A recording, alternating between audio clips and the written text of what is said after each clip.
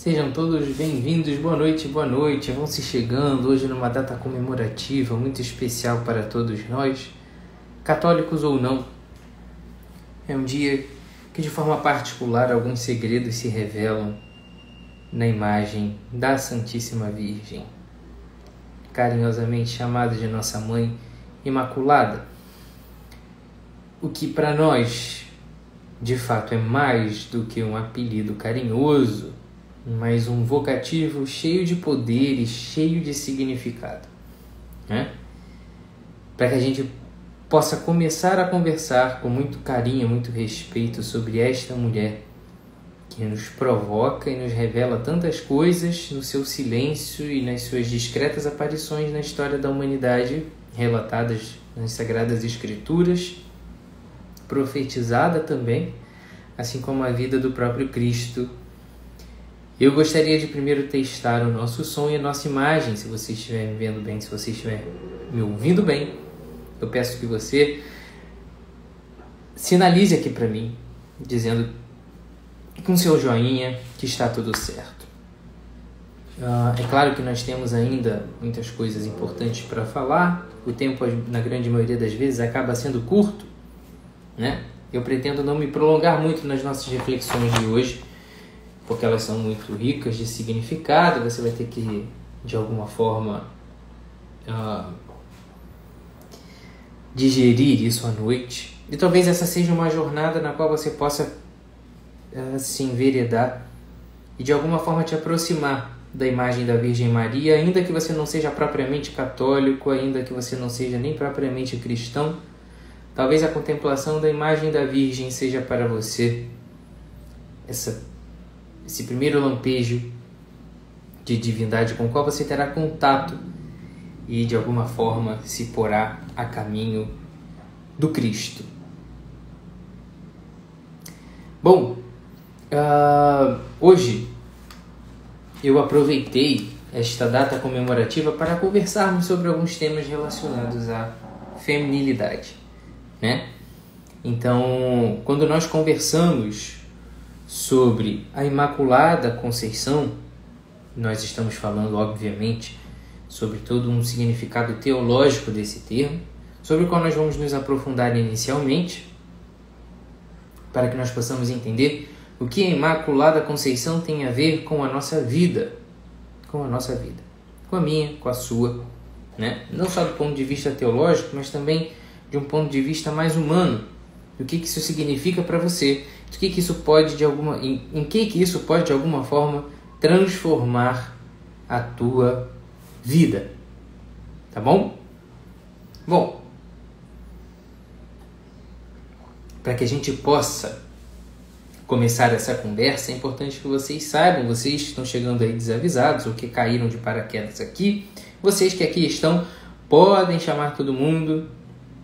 É só mandar nesse aviãozinho aí pelo direct, né? Para que todos os seus amiguinhos, todos os seus conhecidos possam de alguma forma, seus familiares, possam de alguma forma ter acesso também a essa live, que é rica de um conteúdo extremamente profundo e belo de ser tratado. Afinal de contas, não é para celebrar a presença e o significado da Virgem Maria no nosso dia a dia. Hoje o tema está tão pesado que a live está até caindo um pouco. Eu vou tirar aqui o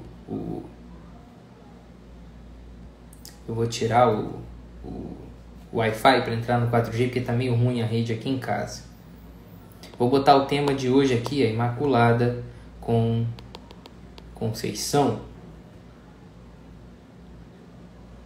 Imaculada Conceição. Bom, já fixei, a Marília me pediu aqui, e isso de fato é muito importante para que a gente possa se achar sobre o que nós estamos conversando nesta live de hoje. Eu gostaria carinhosamente que você, independente da sua fé, você, independente daquilo que você acha que você já sabe, daquilo que você acha que você já entende, daquilo que você acha que você já acredita, que você se permitisse refazer esse caminho do entendimento do que significa a Imaculada Conceição para mim e para nós católicos de uma maneira geral, tá? Bom, aí primeiro vamos nos situar historicamente sobre o que estamos celebrando hoje. Hoje é dia santo, né? De guarda para nós católicos, é um dia de preceito de ir à missa, porque nós celebramos o dogma da Imaculada Conceição. E o que é um dogma para nós? Dogma é aquela verdade declarada solenemente pela Igreja que se reúne solenemente, obviamente, como já falei, para proclamar esta verdade após um longo tempo de estudos e de aprofundamento sobre aquele determinado tema que de alguma forma poderia gerar polêmicas, atritos e descrenças em alguns segmentos da comunidade católica, por assim dizer, da Igreja de uma maneira geral. Nesses mesmos moldes, o Papa Pio IX se reuniu com toda a Igreja, né, com todo o clero, para ser mais exato, para nos declarar este dogma, já aclamado pela tradição católica, já muito bem aceito pela tradição católica, mas ainda tratado com alguma desconfiança por alguns segmentos da Igreja até então. E, no ano de 1854, o Papa Pio IX declara o dogma da Imaculada Conceição, que significa para nós, na prática, que Maria, dotada de uma graça especial pelos méritos da vinda do Cristo no seu próprio ventre, foi poupada do pecado original na sua concepção, para que o Cristo, sendo o próprio Deus, não nascesse de um ventre impuro e não recebesse como herança o próprio pecado original em si. Uma vez que, desde a desobediência dos nossos pais Adão e Eva, nós carregamos esta mancha do pecado original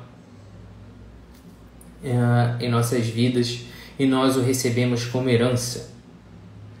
E assim, esta é a dinâmica da nossa vida, como Deus anuncia a serpente, né? Porém, inimizade entre ti e as filhas, né, da mulher. Eles te ferirão a cabeça e tu lhes ferirá o calcanhar. Bom, essa, inclusive, é a leitura de hoje da missa na qual nós celebramos o dogma da Imaculada Conceição. Mais do que isso, é Rosângela, né? Rosângela pergunta por que os evangélicos não aceitam isso. Mais do que nos perguntar por que eles não aceitam isso como uma verdade, talvez nós precisemos primeiro refletir o que significa este dogma para nós. Porque mais do que encarar isso como uma absoluta verdade, que de fato é, nós precisamos também entender o que é o significado dessa dinâmica da Imaculada Conceição na história da salvação e o que ela representa para nós, católicos, que somos a Igreja e a continuação desta missão, que teve um ponto central neste sim da Virgem Maria. Bom, declarar Maria como concebida sem manchas, sem pecado, tem uma repercussão muito forte para nós, quando nós conversamos sobre a própria história da humanidade. Por quê? Assim como a dinâmica das leituras sagradas de hoje, nós podemos refletir que na história da humanidade, representados ali no seu princípio por Adão e Eva, houve um pecado original, uma primeira atitude de desobediência que foi motivada, né? Que foi empurrada, na verdade, recebeu aquele empurrãozinho primeiro da serpente, que ardilosamente impulsionou homem e mulher a pecarem contra Deus, como se descreve nas Sagradas Escrituras. E, na verdade, este primeiro ato de desobediência, ele teve o empurrãozinho da serpente, que na verdade ali é a representação desta mentira, mas é esta mentira que alimentou um sentimento do homem que hoje ainda está presente no meu e no teu coraçãozinho impuro, que é aquela famigerada vontade de ser como Deus. Nós não podemos nos esquecer que nessa dinâmica da história, antes de Deus se apresentar novamente para Adão e Eva, a serpente se apresenta, de voltar a encontrá-los, né, no Éden, a serpente se apresenta para eles como uma conhecedora da verdade, da verdadeira verdade. E ela interpela Eva dizendo: por que vocês não podem comer do fruto desta árvore? E Eva diz à serpente: porque se nós comermos desse fruto, nós morreremos. A serpente ali ardilosamente interpela Eva novamente e diz: mas a grande verdade é que se vocês comerem deste fruto, vocês se tornarão como Deus. E neste momento, tomados por esta tentação de serem como Deus, homem e mulher cedem a este profundo desejo vaidoso, né, de serem os conhecedores do bem e do mal. E ali começa toda essa dinâmica de separação, em que homens e mulheres de toda a história recebem por herança este pecado original, consequência desta desobediência primeira de Adão e Eva, né? E nessa dinâmica da história da salvação, quis Nosso Senhor que o curso da história fosse mudado por uma jovem simples, sem nenhum valor excepcional aos olhos humanos, que, na humildade, na simplicidade do seu dia a dia, né, vivia ali na sua adolescência, como qualquer outra jovem bem criada daquela época, da sua expectativa de se casar e formar a sua família. E eis que, na história da humanidade, naquela sequência de erros e acertos, de encontros e desencontros com o próprio Deus, Deus decide colocar um ponto final nessa história, né? Na verdade, recomeçar de alguma forma essa história, derramando abundantemente a sua graça como nunca antes sobre o seu povo, como ele tinha prometido desde o início, de que ele nos traria o Salvador. E, naquele quartinho escuro daquela jovem humilde, eis que aparece o anjo e anuncia para aquela mulher uma grande alegria, e a saúda como se saudava os grandes imperadores da época: ave cheia de graça. E em toda aquela cena da anunciação, nós olhamos em cada detalhe a profundidade do que representa a Virgem Maria para cada um de nós. E eu não estou aqui me atendo aos aspectos puramente religiosos, que são os principais de fato, né? Teológicos, que são os principais de fato, mas quero percorrer todo esse caminho de reflexão para entender por que nós estamos parando aqui hoje à noite para falar sobre esse episódio que aconteceu há tanto tempo atrás.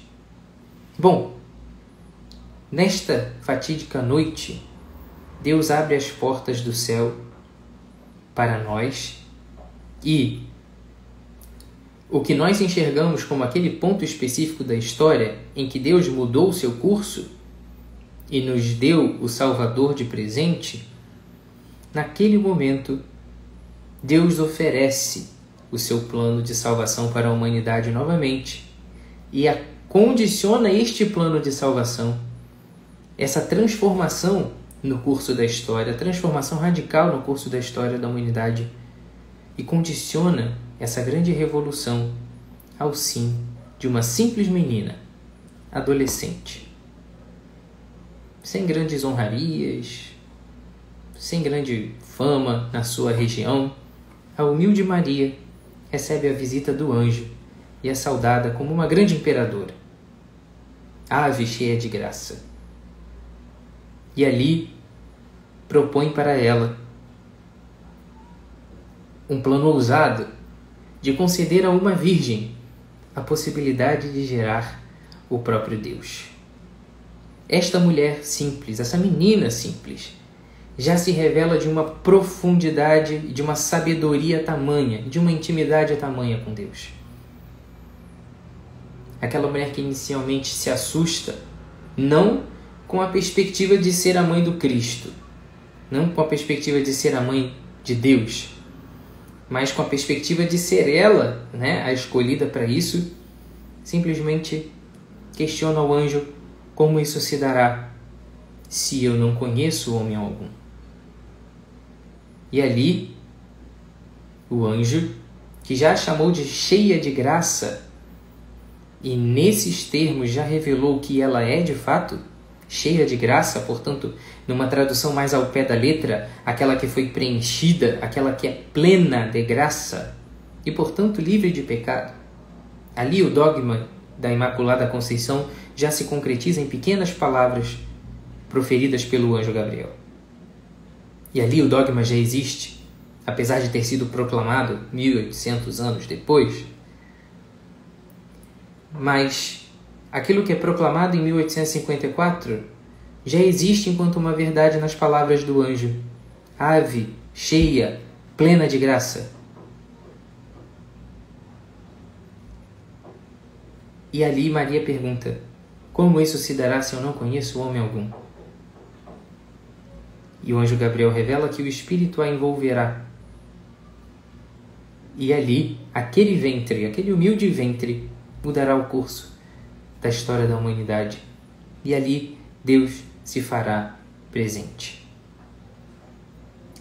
E é nessa dinâmica que, entendendo os planos de Deus como planos atemporais, esse tempo da história que nós dividimos como ontem, hoje, amanhã, presente, passado e futuro, que para Deus de fato não existe nesses mesmos moldes, ali nós conseguimos compreender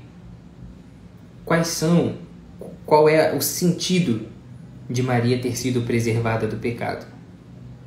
Porque se não há presente, passado e futuro, né, nesse olhar de Deus para a humanidade, aquilo que acontecia ali hoje já estava acontecendo antes, por aquela mulher privada do pecado original. E, portanto, em nada participando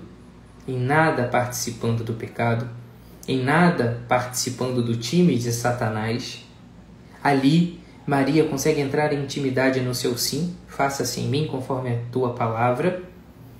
Neste sim, Deus habita no mistério daquele ventre, por ação do Espírito Santo, que fecunda aquele ventre e faz com que o próprio Deus se encarne na história da humanidade e se torne ali de fato uma pessoa que poderia ser abraçada, que poderia ser amamentada, que poderia ser educada a falar, a andar e a caminhar conosco.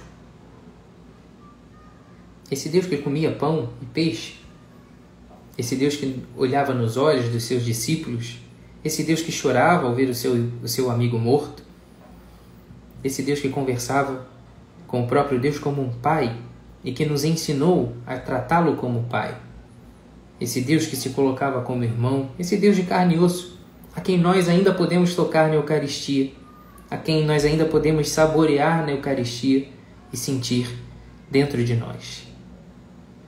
Esse Deus se encarnou no ventre da Virgem Maria. Que significa para nós esse grandiosíssimo momento, então? E por que nós exaltamos tanto esta qualidade de Maria, ainda que sejamos tão criticados? Por que nós exaltamos tanto este momento?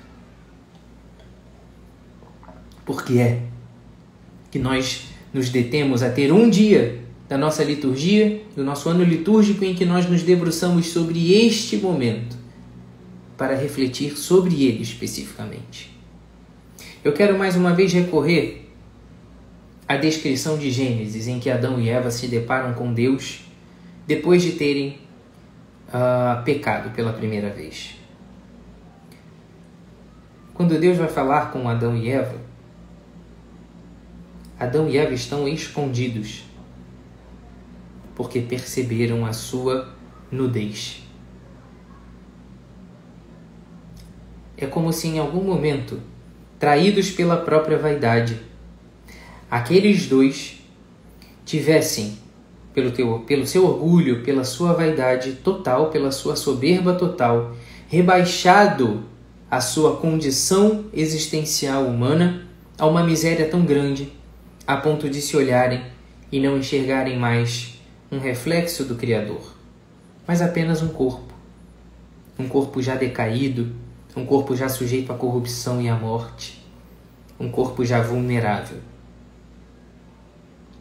A morte é a consequência do pecado. A morte é a consequência de quem esqueceu que foi construído para a eternidade. Quem disse primeiramente não a esses planos. E ali, rebaixados a essa condição miserável de existência, privado da graça, Adão e Eva conseguem se olhar e ver simplesmente um corpo. E ali passam a se constranger com a própria nudez.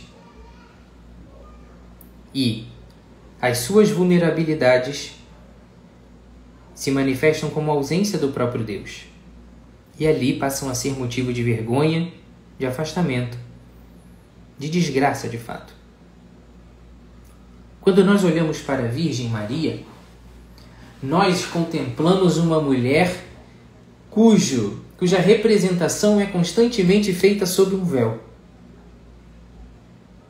E, enquanto nós olhamos para a dinâmica de Adão e Eva, de dois homens nus, fugindo de Deus, fugindo da sua própria condição existencial miserável, fruto da sua desobediência, nós olhamos para a Virgem escondida sob um véu. E esta mulher, constantemente representada no seu véu, tem tantas, né? Eu posso trazer aqui para vocês, no meu escritório particularmente, eu tenho a imagem de Nossa Senhora da Saúde, mas temos tantas outras, e em todas elas, a Virgem Maria se esconde sob um véu. É protegida por um véu. E o que é de fato esta mulher escondida sob o véu? Enquanto Adão e Eva, e também nós, escancaramos a nossa vida e essa nossa realidade miserável em todas as nossas desobediências, em toda a nossa soberba, em todo o nosso orgulho, nós nos envergonhamos nessa condição de nudez. A Virgem Maria aparece para nós como uma imagem imaculada, porque, antes de tudo, reconheceu e abraçou com humildade a sua fraqueza e a sua pequenez. Portanto, nós, enquanto humanidade, quanto mais nos expomos, quanto mais nos colocamos em evidência, mais nós estamos nus diante desse Deus. E Maria, como esse exemplo máximo de mulher e de humanidade, se resguarda sob o véu e se esconde. E ali, no mistério do seu ventre, ela revela toda a sua força. Esta dinâmica da vida de Maria é para nós, de fato, um grande símbolo da feminilidade. Esta feminilidade que nos falta a todos nós. Que falta propriamente às mulheres, primeiro de tudo, mas que falta para a sociedade enquanto a referência de alguém que aponta para o alto. Se nós olharmos para a atitude de Maria, ela é a submissão do ponto de vista da receptividade de uma escravidão que não é puramente uma inferiorização da sua condição, mas a própria elevação da sua condição humana. E a consequência da Imaculada Conceição é o dogma da Assunção. Aquela que não foi submetida ao pecado não morrerá. Maria dormiu como que num sono bom e foi conduzida aos céus pelos anjos.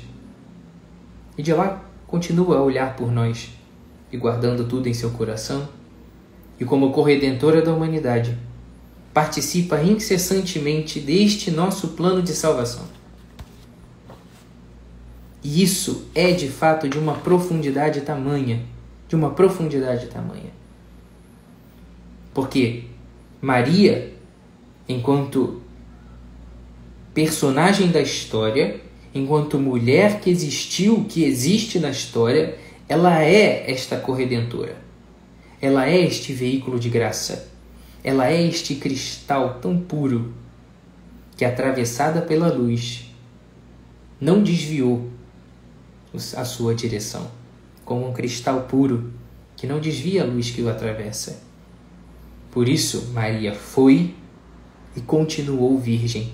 E aí há um novo dogma também proclamado, um outro dogma também proclamado, a virgindade de Maria, como esse cristal, este vaso inoxidável, que foi a habitação do Cristo, que foi atravessada por Deus, sem corrompê-lo, sem distorcê-lo, foi apenas a sua geradora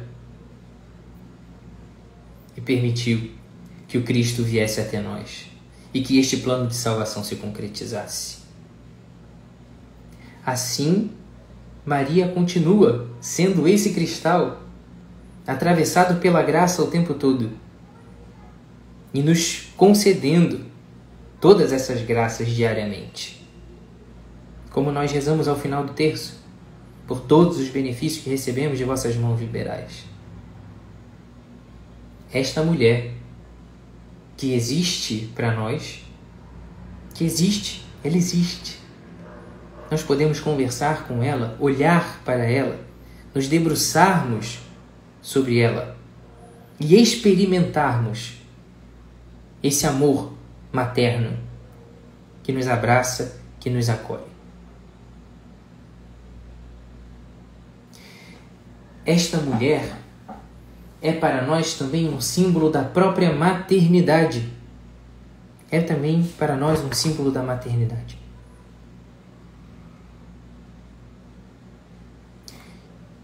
E vejam como Maria consegue, na sua vida simbolicamente, ser totalmente oferta à humanidade e totalmente oferta a Deus. E reúne em si uma vocação religiosa e uma vocação leiga, porque biologicamente dá a vida, mas espiritualmente é virgem, como as religiosas consagradas que vivem a vida celibatária para uma realidade maternal espiritual. Maria também foi, porque foi virgem, a esposa do Espírito Santo. E enquanto mulher de carne e osso, também foi mãe biológica. Então Maria é esse exemplo infalível de mulher que é referência para todas as mulheres. As que têm filho, as que não têm filho, as que querem ser mães espirituais, as que vivem o dilema da infertilidade, porque essas mulheres podem olhar para a Virgem Maria e entender como, na plenitude do feminino, pode haver uma postura fecunda em todas as suas dimensões. Esta mulher é para nós um símbolo de obediência e de submissão que não é passiva, mas que é receptiva. E isto é uma grande lição para todas as mulheres e, consequentemente, para toda a humanidade. Porque se nós olhamos para o feminino, nós encontramos ali aquelas aspirações humanas para aquilo que é o mais concreto, acima do abstrato, e aquilo que coloca os valores individuais acima dos universais. Em que eu estou querendo... A que eu me refiro em relação a essa postura feminina? As mulheres, de uma maneira geral, tendem a olhar para a realidade e encarar verdadeiramente aqueles que o cercam numa experiência pessoal. Então, quando uma mulher olha para alguém, ela tende a olhar a profundidade da pessoa. Ela não olha para a casca, ela não olha para aquilo que é de fato mais útil ou mais aparente, mas ela olha para o valor do ser humano. E nessa postura, em geral, A mulher inspira toda a sociedade a ser cada vez mais por aqueles que mais precisam. Não por acaso Maria é a estrela da nossa evangelização. Porque esta mulher que assumiu toda a sua fraqueza, esta mulher que assumiu essa postura receptiva, ela é o exemplo de uma pessoa toda entregue, toda obediente, toda fraca, toda consciente da sua humilhação e da sua condição de serva. E desta profunda consciência e certeza da sua miséria, nasce uma força tamanha.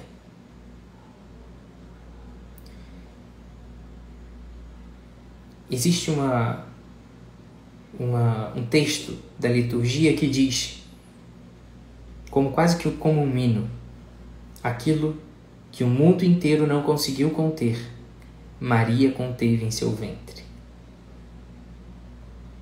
Ainda que a morte não tenha conseguido conter o próprio Cristo, ainda que nenhuma força humana tenha conseguido conter o plano de Cristo, Maria, na sua humilhação, conteve o próprio Deus em seu ventre e submeteu Deus ao seu sim.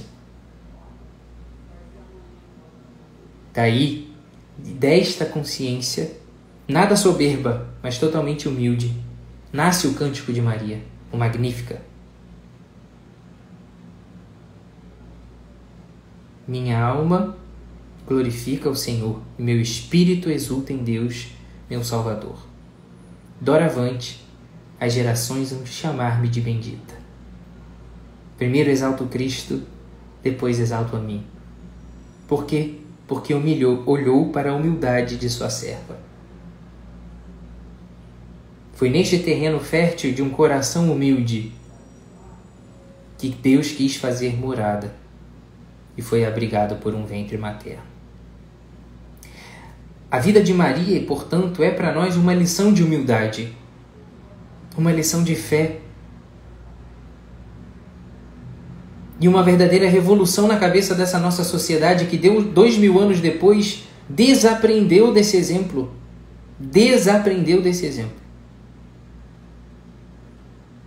Porque nas décadas recentes tem estabelecido uma verdadeira guerra entre os sexos, como se nós, católicos ou cristãos de uma maneira geral, tivéssemos desaprendido a reconhecer toda a grandiosidade feminina a ponto de considerá-la talvez um segundo sexo. Pois eu digo a vocês, se o mundo exalta tanto as grandes conquistas, as extravagâncias, aquilo que salta aos olhos, as conquistas no esporte, as conquistas na política, a Igreja exalta aquilo que é a conquista que se faz no silêncio, de um coração humilde, que na sua fraqueza revela toda a força de um Deus, que escolheu a dedo essa jovem simples para fazer morada. Não foi no ventre de nenhuma família, de nenhuma rainha, de uma família nobre da época, que Deus se revelou, mas de uma mulher pobre que não conseguiu um lugar para ficar e ter o seu filho, que nasceu em meio aos animais, numa estrebaria. Foi ali que Deus se revelou. O primeiro trono foi o ventre de Maria, sim. Nosso primeiro ostensório foi o ventre de Maria, mas revelado ao mundo, seu primeiro trono foi uma manjedoura. E quando nós olhamos para Maria, nós entendemos toda a mensagem que a Igreja e o próprio Deus quer dar à mulher. Porque se nós carecemos de exemplos contemporâneos de mulher, não nos falta uma referência feminina de uma mulher eterna que atravessa todos os tempos, que é uma mulher fora do tempo.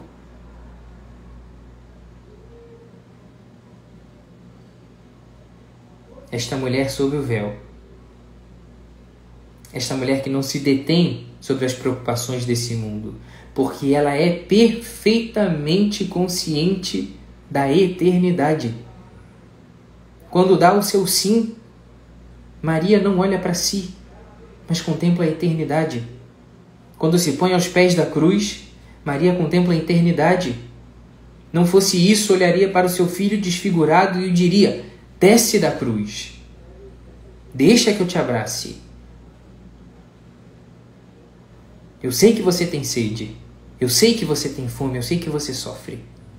Desce daí.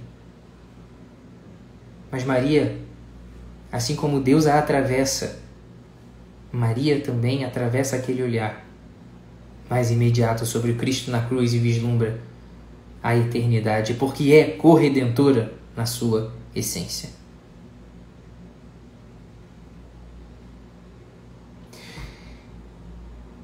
E ao olharmos para esse exemplo de uma mulher aos pés da cruz, nunca tão forte, por ter sido tão obediente, nós também podemos inspirar uma geração de mulheres a serem fortes por uma receptividade que em nada a diminui, mas construir uma nova geração de mulheres que olham para a sociedade e ativamente dispõem de si por algo maior.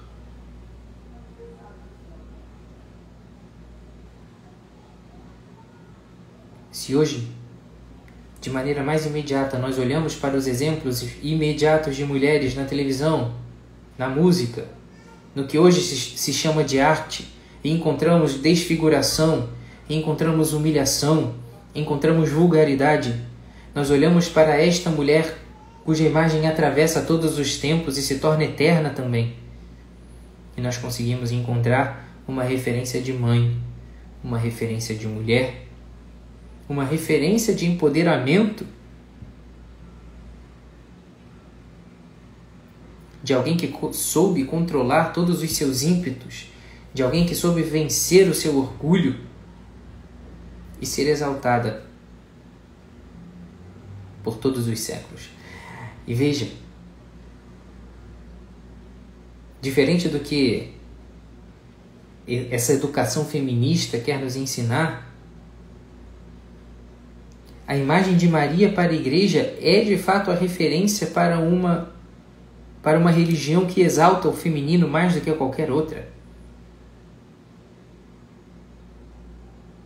Pois se em boa parte do tempo nós temos uma sociedade que exalta as conquistas masculinas, que exalta até mesmo o corpo atlético, forte, viril de um homem, nós temos na igreja, no único momento em que há menção sobre venerar alguma parte do corpo humano nas nossas orações, se em algum momento nós veneramos isso, algum aspecto do corpo humano, nós veneramos o ventre de uma mulher.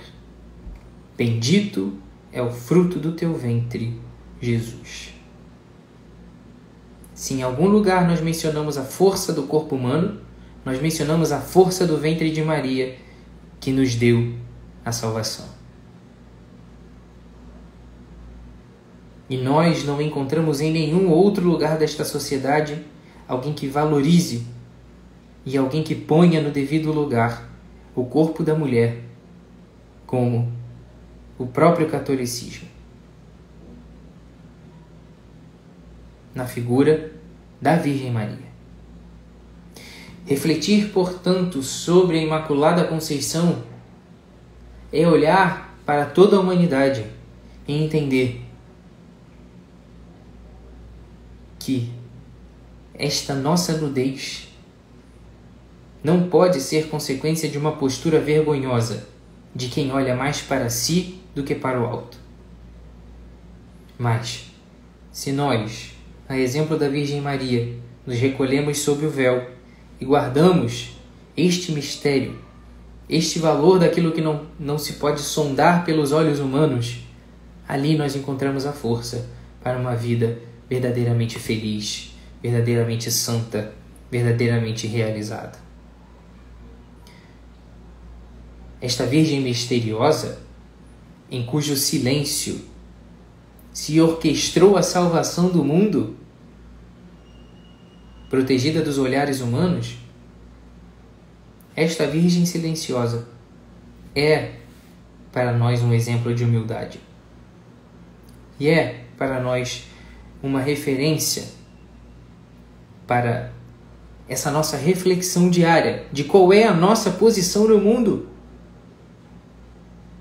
Do que é que nos dá sentido? Do que é que nos faz ser filhos de Deus?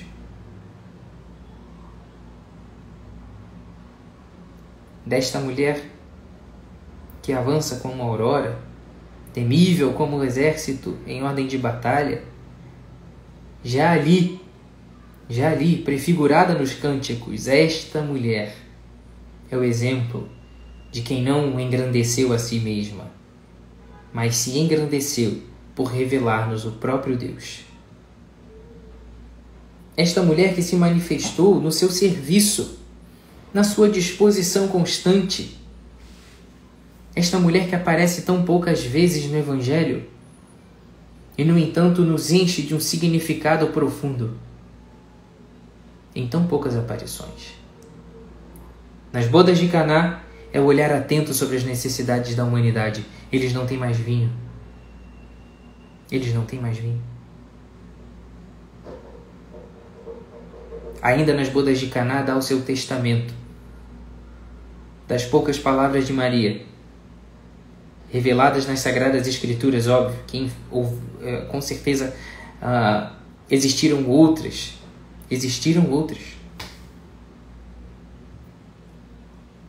Mas ali, no seu testamento, Maria nos diz: fazei tudo o que ele vos disser. Fazei tudo o que ele vos disser. Eis aí o segredo de uma vida feliz e realizada. Fazer tudo o que o Cristo nos disser. Depois disso, Maria é silêncio o tempo todo. Não há nada mais a ser dito. Só há o que ser feito. Portanto, o testamento espiritual de Maria na Bíblia para nós é: fazei tudo o que ele vos disser. Maria é serviço o tempo todo. Maria é uma entrega abnegada o tempo todo. E aos pés da cruz é a postura de uma mulher humilhada, de quem vê seu filho desfigurado, mas que não se revolta porque sabe que ali não é o fim. E é também exemplo para nós, homens e mulheres, quando nos pomos de joelho diante de uma situação difícil, mas não nos desesperamos porque sabemos que ali não é o fim.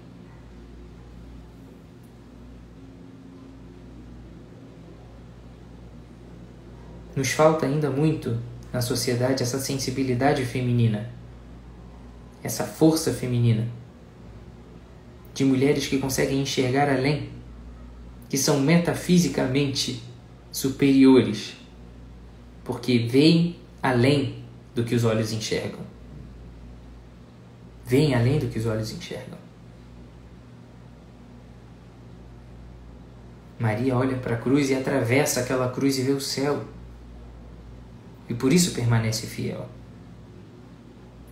Todos os discípulos, todos, à exceção de João,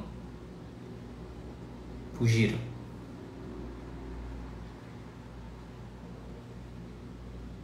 Todos. E as mulheres se puseram aos pés da cruz. Portanto, esta sensibilidade, esta superioridade metafísica das mulheres, é ali que o demônio tem agido. É ali que o inimigo tem agido. Porque é quando o coração de uma mulher é vencido que finalmente se aprova o aborto, que finalmente se aprova a mentalidade contraceptiva, que finalmente se vence a família. Porque essas mulheres, quando perdem a sua sensibilidade, quando olham para uma pedra e veem somente uma pedra, quando olham para um feto e não veem uma vida, quando olham para uma família e não veem a eternidade, não veem igreja, quando essas mulheres perdem o seu olhar transcendente, a sociedade morre. Portanto,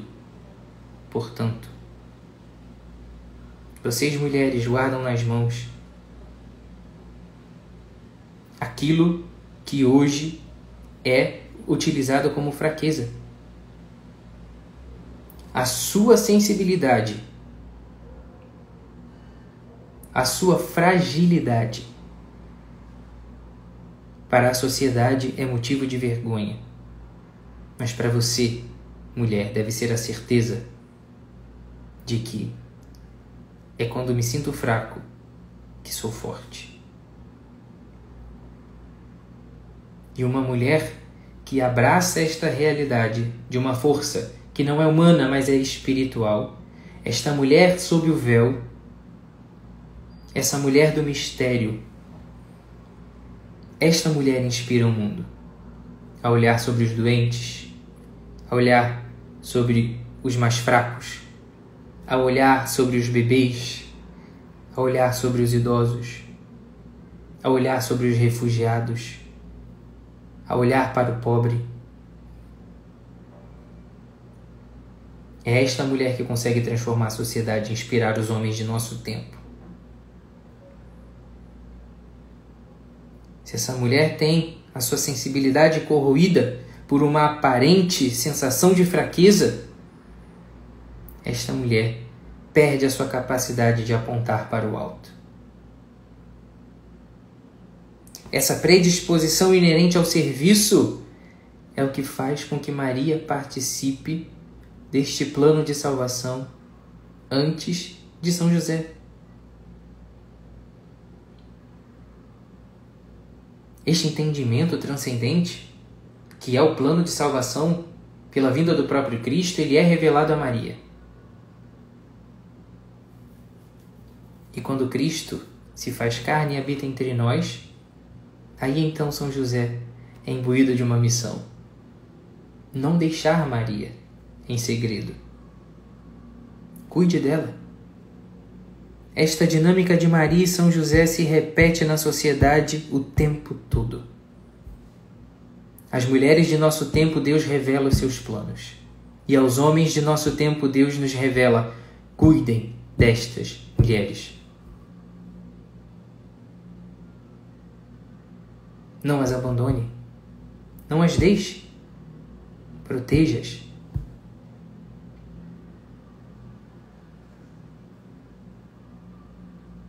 Protejam-nas.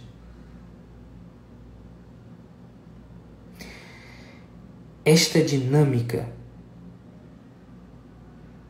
é constantemente atacada por uma sociedade perversa que desfigurou os sexos e criou um verdadeiro nada.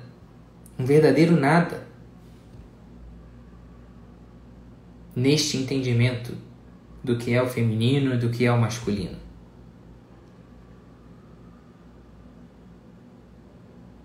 Por isso, a solenidade da Imaculada Conceição é um convite para que todas as mulheres assumam a força desta existência, que por si só pode ser essa experiência metafísica que revela a generosidade do próprio Deus. Para que exista a vida, há que se ter um ventre de mulher, que dispõe de si e se abre a uma presença masculina.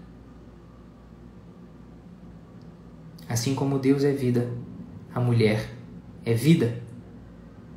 E quando a mulher se põe a serviço da morte, a sociedade morre mais do que nunca. Portanto, mulheres, a solenidade da Imaculada Conceição é uma consciência para todas vocês da preciosidade da existência feminina na dinâmica da salvação, na inspiração dos homens a uma vida generosa. Quantas vezes vocês me perguntam aqui: como convencer o meu marido a viver o método natural? Como convencer o meu marido a ter uma vida mais entregue? Como convencer o meu marido a voltar para a família? Seja inspiração. Seja inspiração. Você será esse terreno fértil onde Deus plantará a sua semente, biologicamente e espiritualmente. E como inspirar a humanidade a uma realidade mais elevada, se não por uma vida apaixonada e derramada por aqueles que mais precisam? Quer transformar a vida da tua família? Seja uma mulher sorridente, devota, apaixonada pelos filhos, apaixonada pelo teu trabalho, apaixonada pelos teus irmãos, apaixonada por aqueles que sofrem, como uma Madre Teresa, como uma irmã Dulce dos pobres, como o exemplo por excelência, a própria Virgem Maria.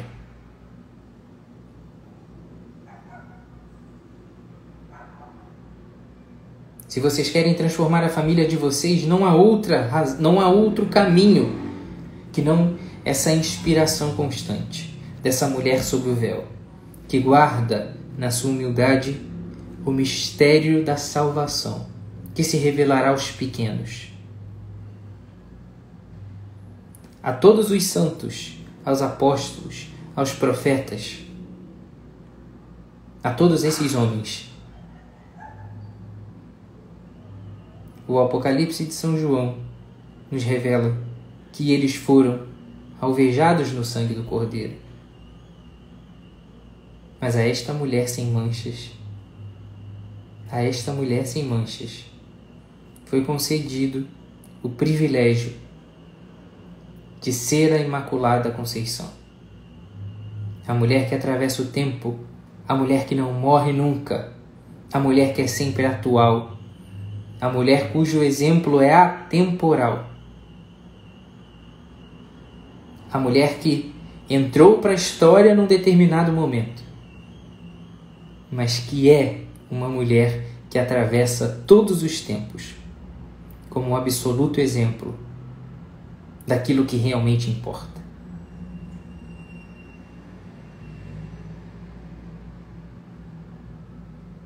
Não por acaso, todos os santos da nossa igreja são insistentes em nos lembrar do poder transformador de se recorrer à intercessão de nossa mãe. São Bernardo, São José Maria Escrivá, como escrevem sobre a Virgem Maria?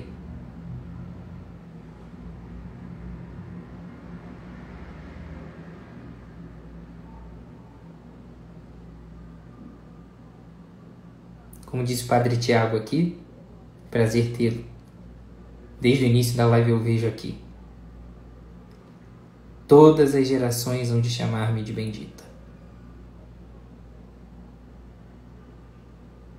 Portanto, mulheres, olhem para a Virgem Maria como este cristal,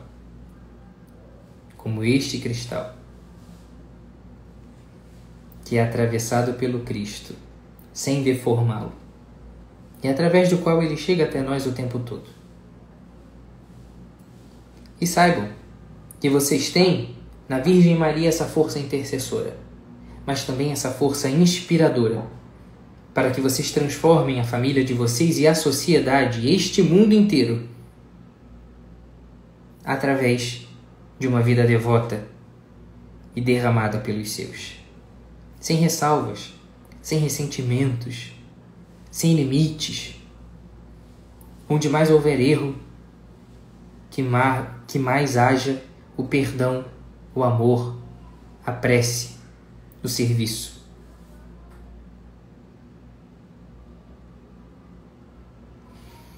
Esta é a mensagem da Imaculada Conceição para todos nós, homens e mulheres do nosso tempo.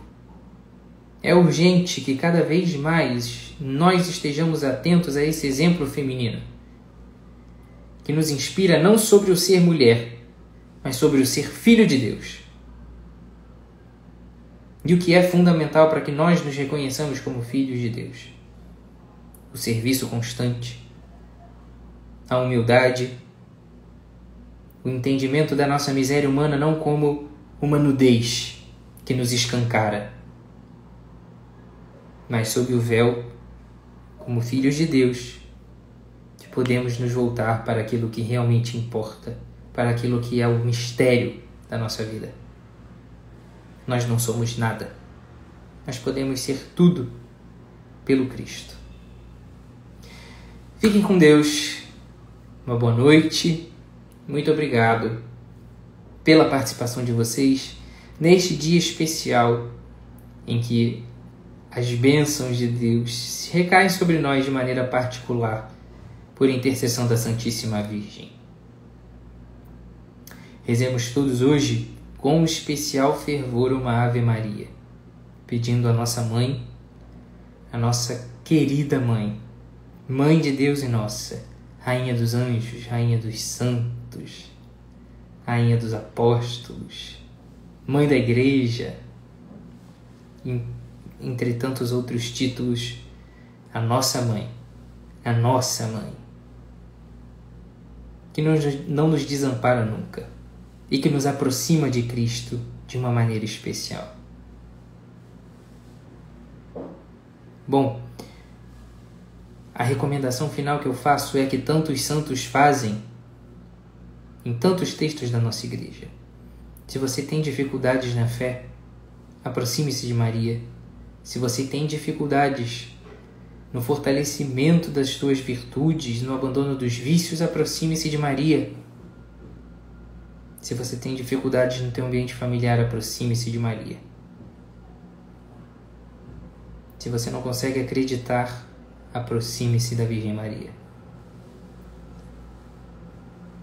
Fiquem com Deus, rezem o terço. Rezem o terço. Aproveitem hoje, rezem o terço. Comecem hoje. Rezem o terço. Amém. Boa noite. Boa noite.